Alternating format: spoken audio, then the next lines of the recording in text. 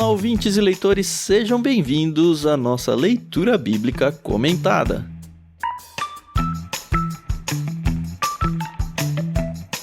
Eu sou o Thiago André Monteiro, @vulgutan. Estou aqui com uma moça que eu acho que eu esqueci o nome dela faz tanto tempo, e um outro cara aqui que tem um cabelo enroladinho aqui também.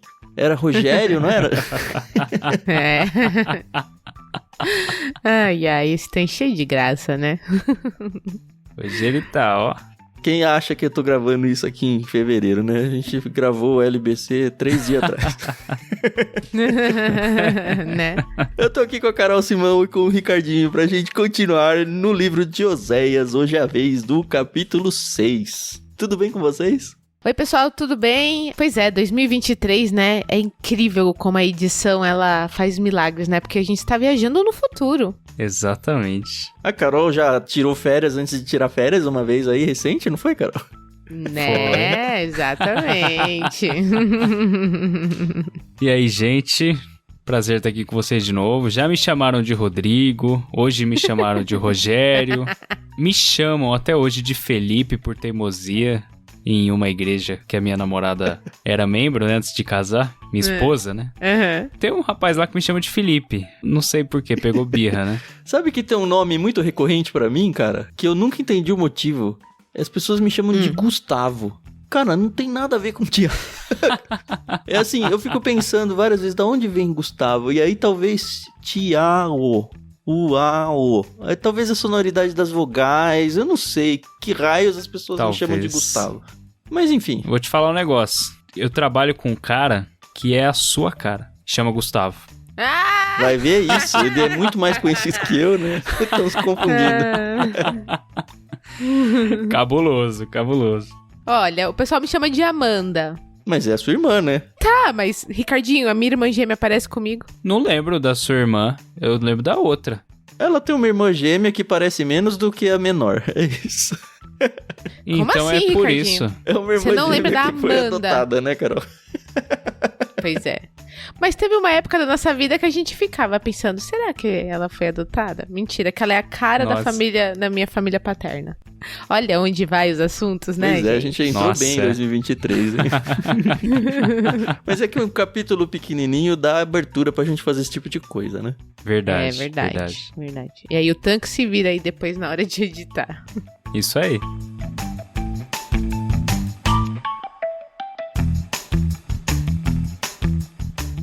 Bom, a gente tava com saudade de vocês. Espero que vocês, ouvintes, também estejam com saudades de nós e que mate essa saudade e que renove os votos para seguir aqui no LBC ao longo de 2023. Gostaria de lembrar todos vocês que já está rolando lá no nosso Discord a leitura coletiva da Bíblia esse ano. Então, mesmo que você não tenha começado ainda, vai para lá que ainda dá tempo, ou pega na metade, perde 1 ou 2 livros bíblicos, não tem problema nenhum. Simplesmente participe lá com a gente que tá sendo uma experiência deliciosa. Tem link na descrição aí, ou acessa bit.ly/leitura coletiva que vai jogar você para dentro do Discord. Talvez seja um aplicativo novo para você instalar aí, mas com certeza vale muito a pena. Lembrando que você vai gastar R$0 fazendo essa leitura com a gente, então é só você ir lá, tá bom? Isso aí. Como sempre, a gente gosta de agradecer a editora Mundo Cristão por continuar emprestando por mais um ano aí, espero que até o final, né? A NVT, pra gente fazer a leitura junto com vocês, e também a Maria Lídia pela trilha sonora que ela tem emprestado também desde o início. Muito obrigado aos dois aí. E vamos ao capítulo do dia, né? Isso aí.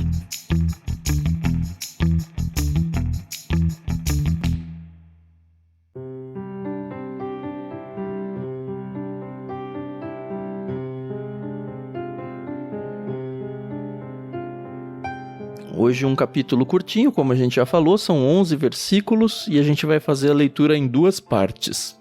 Na primeira, a Carol vai fazer a leitura do verso 1 até o 3, e aí do 4 até o final, Ricardinho vai nos abençoar com a sua potente voz aí.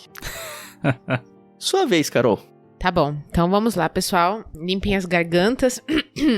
Primeira leitura oficial do LBC de 2023, ó. Nossa. Que grande coisa, né? Vamos lá. Oséias 6.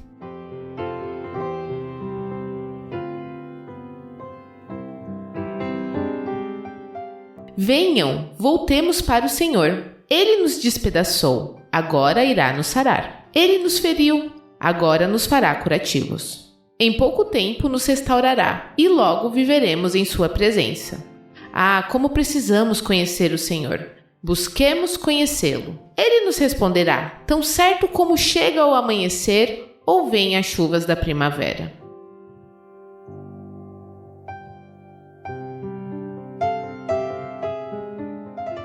Já gostei porque aqui fala sobre estação do ano e realmente aqui no Brasil, primavera chove muito. Eu acho que é um bom momento pra gente fazer a ponte de como a gente largou lá o livro de Oséias no ano passado, né? Verdade. Uhum.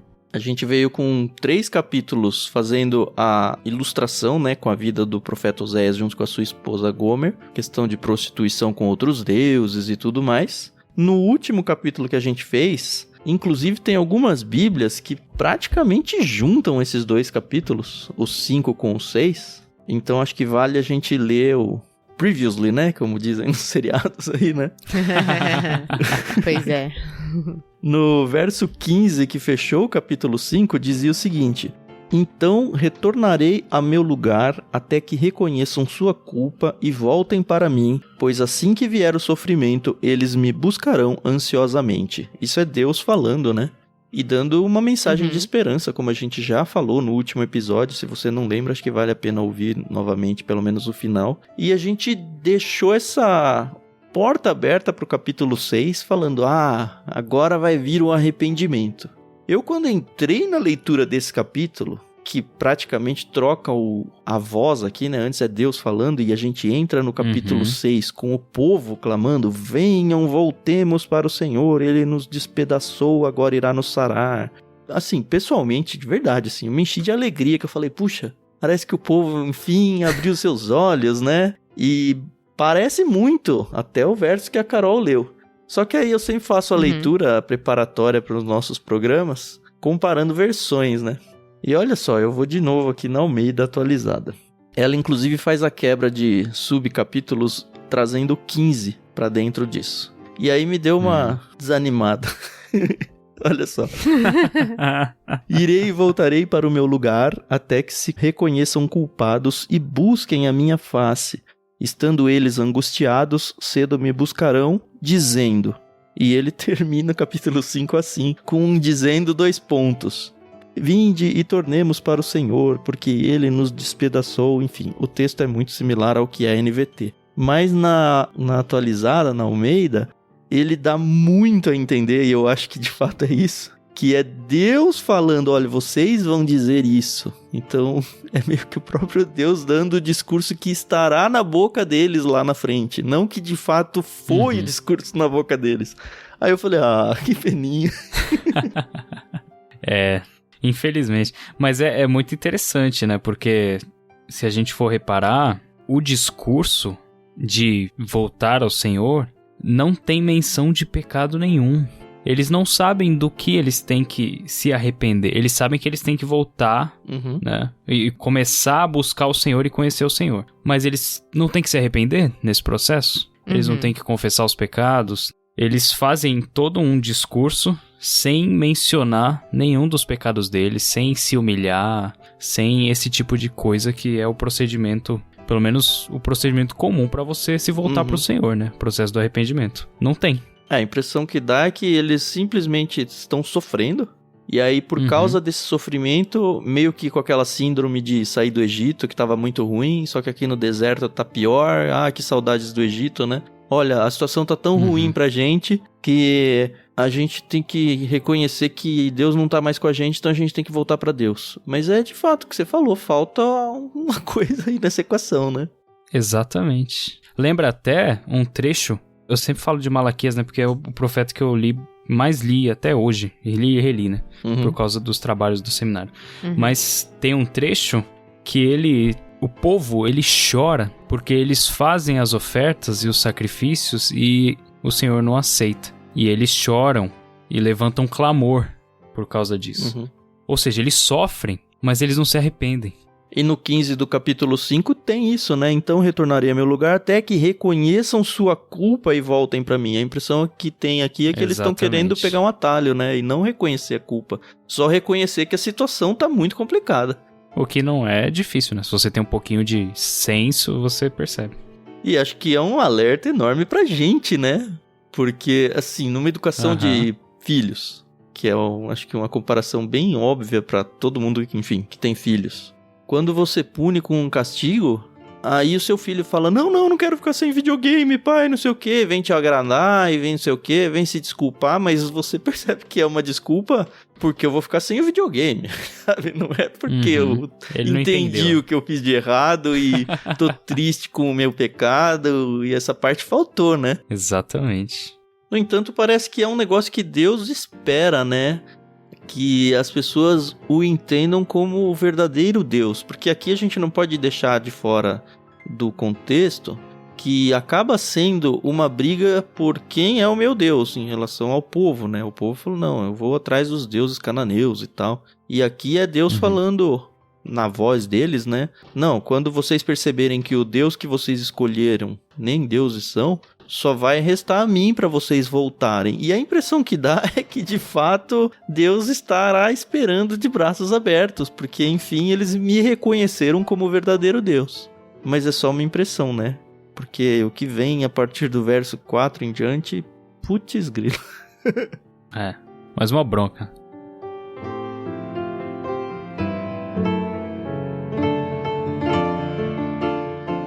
Eu vi um lugar que eu tava lendo mencionando esses 3 versos com o que será o retorno no reino milenar de Cristo. O retorno que eu digo é o retorno dos israelitas para Deus. E acho que casa muito bem, viu? Ele até fez algumas pontes com outros textos, um em Isaías, se não me engano, e mais um outro que eu não lembro qual era, trazendo a ideia de que, olha, não deixa de ser um tipo até de profecia esses 3 versos, dizendo Israel vai voltar para o Senhor. De novo aparece aqui, né? O verso 3, né? Como precisamos conhecer o Senhor, busquemos conhecê-lo. Um outro texto ainda que eu estava lendo sobre contextos do Antigo Testamento. Eu achei que trouxe muita luz para mim isso. A ideia nossa hoje de dizer que conhece alguém, a questão é, a gente precisa conhecer o Senhor, né? É saber a respeito. É um conhecimento quase acadêmico, é conhecer informações a respeito de. Hoje, se a gente lê isso com os olhos de hoje, a gente entende que, eu preciso saber quem Deus é, ler a Bíblia para adquirir conhecimento, adquirir informações. Só que no contexto do Antigo Testamento, quando você dizia que conhecia uma pessoa, significa que você compactuava com ela, que você tinha um relacionamento estreito com ela. E, obviamente, esse texto foi escrito, em primeiro lugar, para aquele povo, não para nós. Então, quando vem um versículo, como precisamos conhecer o Senhor, busquemos conhecê-lo, o que está querendo dizer aqui, olha, vocês precisam se tornar de novo íntimos de Deus. Vocês precisam saber quem Ele é, porque vocês se relacionam com Ele. E isso aqui me trouxe luz não só para o capítulo 6, mas para todos os capítulos que a gente leu desde o início, porque uma das coisas que a gente mais vê, acho que talvez a chave de Oséias, é essa questão do conhecimento de Deus, né? Da importância de conhecer o Senhor. Isso aí já apareceu no capítulo 4, se não me engano apareceu no capítulo 1 já, não tem conhecimento de Deus, quer dizer, vocês não estão se relacionando comigo. Aí que tá a raiz do problema. Então, se a gente recuperar o significado correto do conhecer a Deus, traz para nós, hoje em dia, uma lição muito importante, que, olha, muito mais do que saber quem Deus é pela informação que a Bíblia nos traz, a gente precisa se relacionar com Ele para que a gente volte a ficar próximo, assim, para que as coisas sejam resolvidas espiritualmente. Isso aí é importante e fica mais claro ainda no próprio versículo, né? No próprio texto aí no versículo 3, quando eles dizem, Ele nos responderá tão certo como chega o amanhecer ou vem as chuvas da primavera. Eles sabem que Deus é misericordioso, que Deus no pacto já tinha declarado o amor dele por Israel. Então, na letra eles conheciam, né? Mas no relacionamento íntimo, como você mencionou, não tinha esse conhecimento.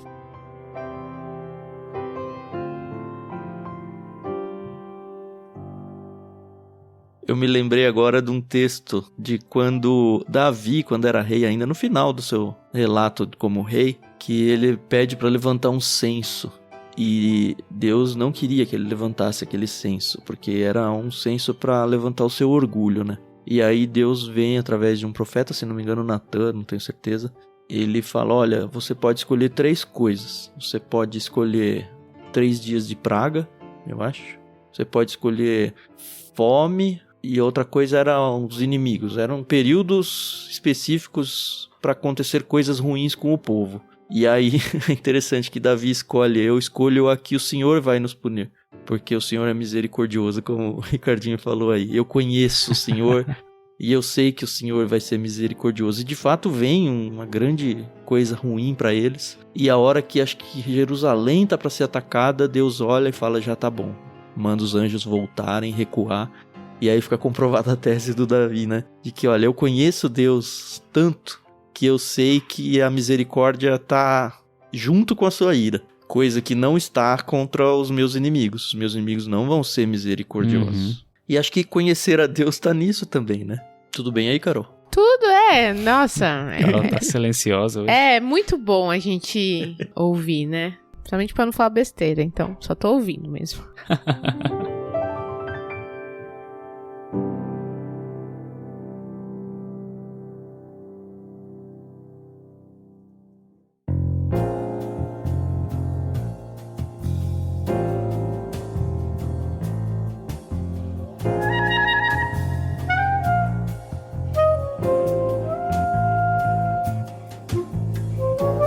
Vamos virar pro próximo trecho? Vamos. Vamos. Então do 4 até o final, Ricardinho, sua vez. Vamos lá.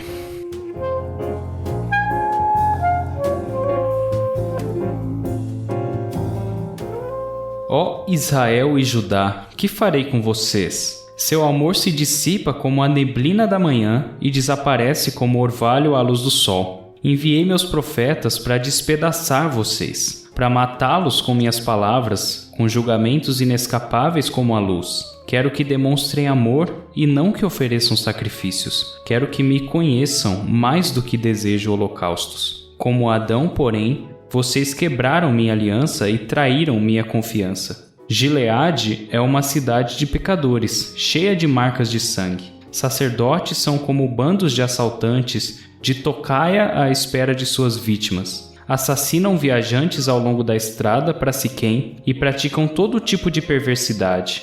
Sim, vi algo horrível em Efraim e em Israel. Meu povo se contaminou prostituindo-se com outros deuses. Ó Judá, uma colheita de castigo também espera por você, embora eu quisesse restaurar a situação de meu povo.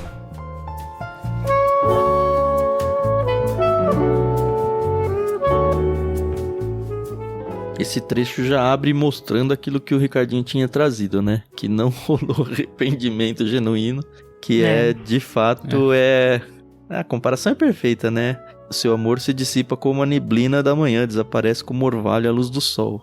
É só porque você ficou sem o videogame mesmo. A hora que você tiver o videogame de novo, você vai continuar sendo voltar, exatamente, né? Como você era. A tristeza passou, né? Pena que não é só com videogame, né? Quem dera. Nem videogame eu gosto, por exemplo.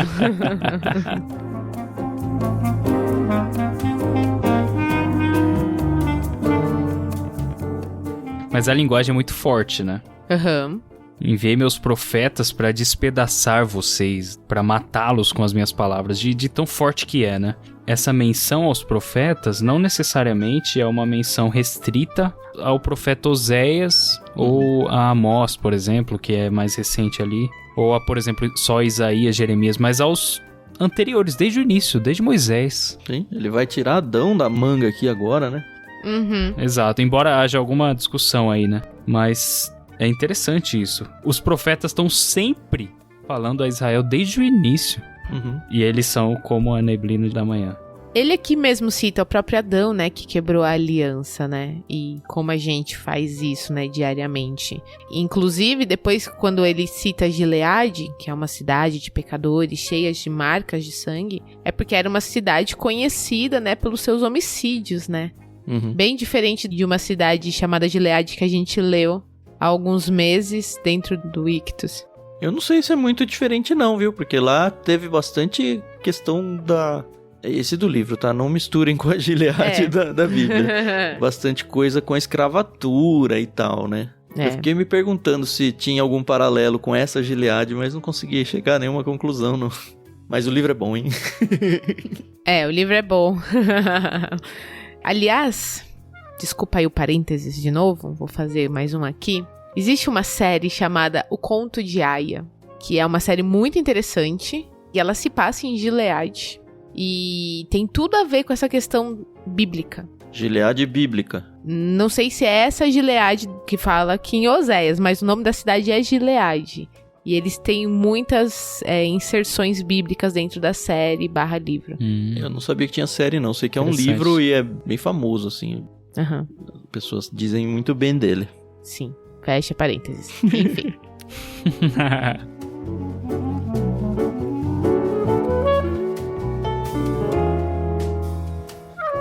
Esse capítulo, poxa, eu comecei lendo ele e eu fiquei animada, como o Tan falou. Que ele também ficou. E tipo, essa segunda parte, eu falei, caramba, meu. Não tem jeito, né? Que chato. Porque tipo, ele vem, né? Falando lá de Israel e Judá, o que farei com vocês. Quer que demonstre amor, que não faça sacrifícios. Aí fala lá de Adão, pra você ver como a coisa tá feia. Depois cita Gileade. E aí, tipo, continua. Os sacerdotes são como bandos de assaltantes, de tocaia à espera de suas vítimas. Assassinam viajantes. Eu falei, mano, não melhora. Os sacerdotes, eles estão apanhando desde o início aqui, né? O tempo todo é contra os sacerdotes. E os sacerdotes são os líderes, os grandes representantes do povo aí, espiritualmente falando. Sim. E a gente viu isso bastante nos últimos 2 capítulos, né? Como os sacerdotes estavam agindo de forma leviana, né? Então, é complicado, né? Nossa, o negócio tava assim, numa podridão, né? Eu acho que a gente também tá nos nossos dias, viu, Carol? Isso que me assusta muito. Porque Deus, que eu saiba, né? Ele não tá mandando mais profetas. Mas a Bíblia tá fazendo o papel desses profetas e, num certo sentido, nós aqui na LBC estamos fazendo o papel desses profetas de falar, olha, a situação como é que tá muito parecida com, óbvio, suas devidas proporções e seus devidos contextos, né? Mas o princípio que rege por trás de toda essa sujeira tá aí. Tá, e eu sei que tem talvez um atenuante no sentido de que Israel era o povo de Deus. E se a gente for olhar hoje Brasil, não tem lugar nenhum dizendo que Brasil é o povo escolhido de Deus. Então talvez o olho de Deus estivesse com um carinho espiritual diferente sobre Israel. Agora, dentro do Brasil, existe o povo de Deus chamado igreja. E o que me preocupa muito, mas muito mesmo, é que não é verdade que esse discurso só cola com o pessoal que tá fora da igreja. Ele, infelizmente, cola com quem tá dentro da igreja. E aí é o povo de Deus, sim. Então, funciona todo esse susto aí. E a chave, né? Talvez a chave do livro de Oséias também, e meio que um paralelo com o verso 3, né? Se você tem um versículo pra grifar até agora, é o versículo 6. Olha só. Quero que demonstrem amor e não que ofereçam sacrifícios. Quero que me conheçam, dentro de tudo que a gente já explicou que significa conhecer, né? Mais do que desejo holocaustos. Hoje a gente não faz holocaustos, hoje a gente não faz sacrifícios, mas hoje existe um negócio chamado oração, existe um negócio chamado jejum, existe um negócio chamado ofertas e dízimos, que pode claramente tomar o lugar desses sacrifícios e holocaustos. E a gente já falou bastante sobre isso, mas eu fico sempre meio preocupado quando a gente vai gravar Oséias, no sentido de que, puxa, eu termino de estudar o capítulo e falo, mas a gente já falou tudo isso. O que a gente vai falar no episódio de hoje que a gente não tenha falado? E aí depois eu penso, caramba, o Oséias já escreveu tudo isso pra esse povo e tá falando outra vez a mesma coisa. Então se ele pode, a gente também pode, né? Por quê? Porque as pessoas ouvem, mas não mudam. Então tá aqui um profeta fazendo isso. Quantas vezes? 14 são o número de capítulos? 14. Tem aqui um profeta fazendo isso 14 vezes. E a gente vai fazer 14 vezes para o nosso povo de hoje. E será que a gente vai chegar no final do livro e não vai ter mudado ainda? Ainda estamos no capítulo 6, ainda tem mais da metade. Tem um chãozinho, né?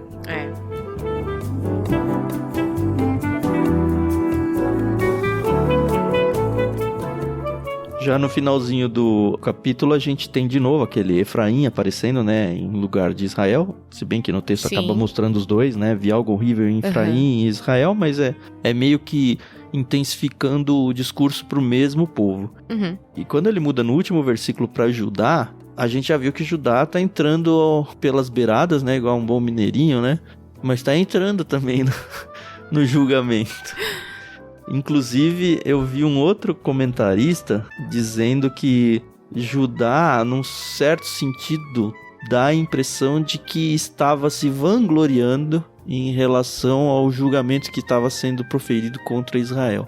É meio, de novo, usando mesmo a ilustração da bronca, né? Quando você tem 2 filhos, e aí você tá dando bronca em um, dando bronca em um, e o outro tá ali do lado, quase rindo pela bronca do outro, aí você fala, e você fica quieto que daqui a pouco a conversa é com você, sabe? É com você, É meio isso, né? Questão de tempo. Sim. É que ele volta também a falar sobre a prostituição, que a gente também conversou sobre isso no capítulo passado, né? Que a prostituição com os ídolos realmente aquela traição pra com Deus, né? Então, deixei de cultuar ao único e verdadeiro Deus e eu tô entregando ali minha vida pra quem não presta, né? Basicamente é isso. De novo, Deus quer o nosso coração, porque quando ele tem o nosso coração, ele nos tem por inteiro, né? Exato.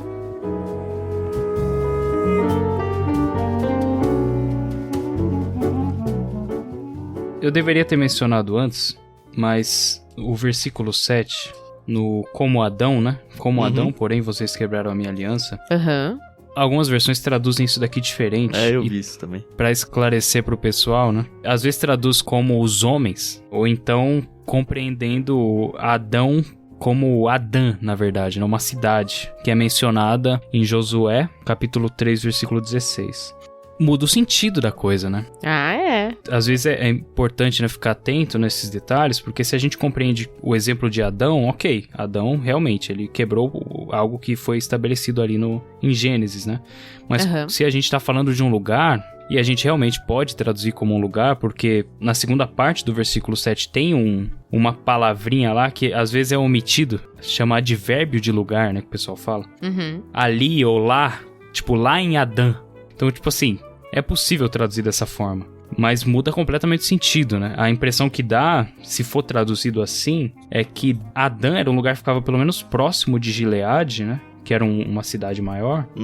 E que os sacerdotes, que eram esses bando de bandido, né? Que é mencionado no versículo 9. Eles faziam essa matança, esses assaltos e tal, nessa cidade de Adã e em Gileade, né? Naquele caminho que é mencionado. Então, assim, muda um pouco o sentido da compreensão do texto aqui. Sim. Mas pra deixar o pessoal atento nessas possibilidades de como ler o texto, né? É o peso de ter que traduzir, né, meu? Já falei trabalho. Em algum episódio do passado aí, eu não queria nunca essa responsabilidade diante de Deus, assim, sabe? De chegar em textos assim e ter que tomar uma decisão, né? E de repente correr o risco de passar... Assim, aqui não é algo central da fé, né? Ninguém vai sair cultuando deuses porque tá uma tradução ou a outra.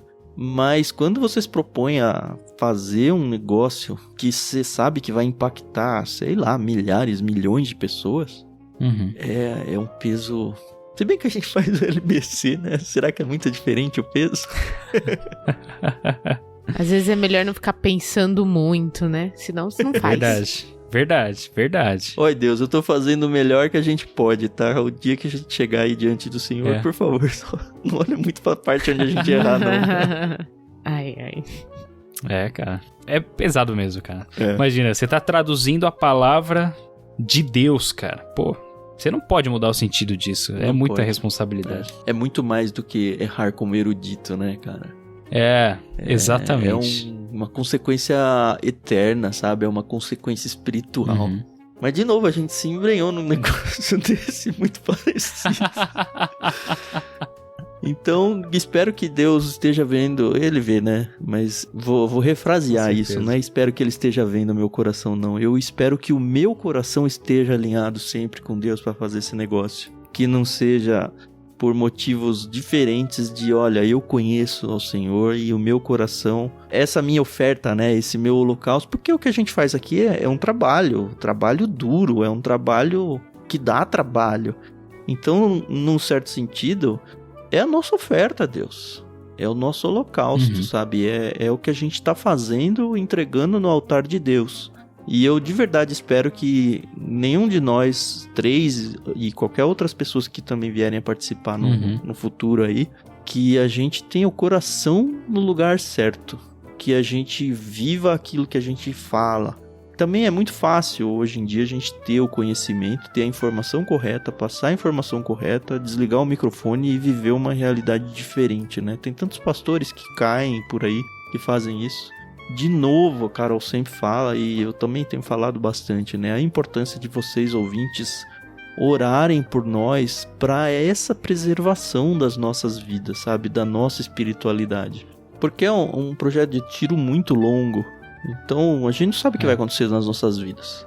A gente não sabe para que caminhos a nossa fé vai trilhar.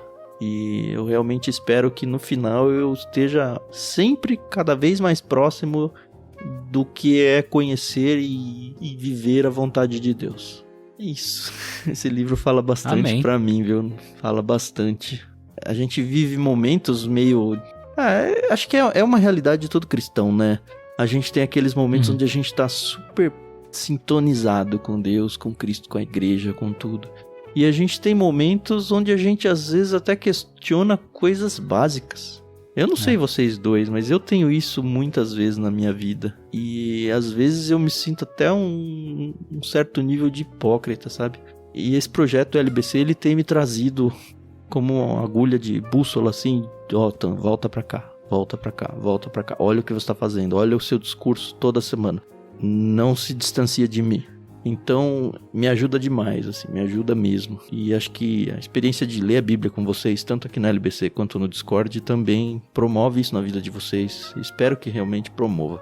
É um desabafo pessoal aí, porque tem dias claros e dias mais escuros, né? Os testemunhos edificam também, pô. É verdade. Amém. Espero que sim.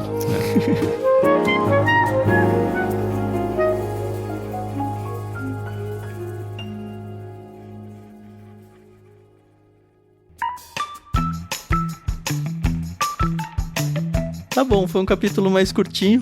Lembrem-se de nós quando você receber o seu salário, para você abençoar as nossas vidas também. A gente precisa muito do apoio financeiro de vocês. Se o que a gente faz aqui tem valor para vocês, demonstra isso fisicamente. A gente precisa ganhar apoiadores para que esse projeto continue, tá bom? Conheça o projeto como um todo, né? Lá no Catarse. Só acessar catarse.me/ictus. E se fizer sentido para você, abençoa a gente financeiramente, porque é difícil também essa área, viu? É bem difícil. E a gente realmente precisa para continuar produzindo com qualidade e pagando as nossas contas, os nossos boletos. A gente tem aberto muito da nossa agenda diária de trabalho para conseguir produzir esse conteúdo, e você pode fazer parte disso também junto com a gente. Então, entra no barco junto com a gente, sabe? Enquanto a gente está estudando e gravando, não fica só ouvindo passivamente aí, não. Seja ativo no envolvimento financeiro com a gente, seja ativo na divulgação desse projeto para outras pessoas, sabe?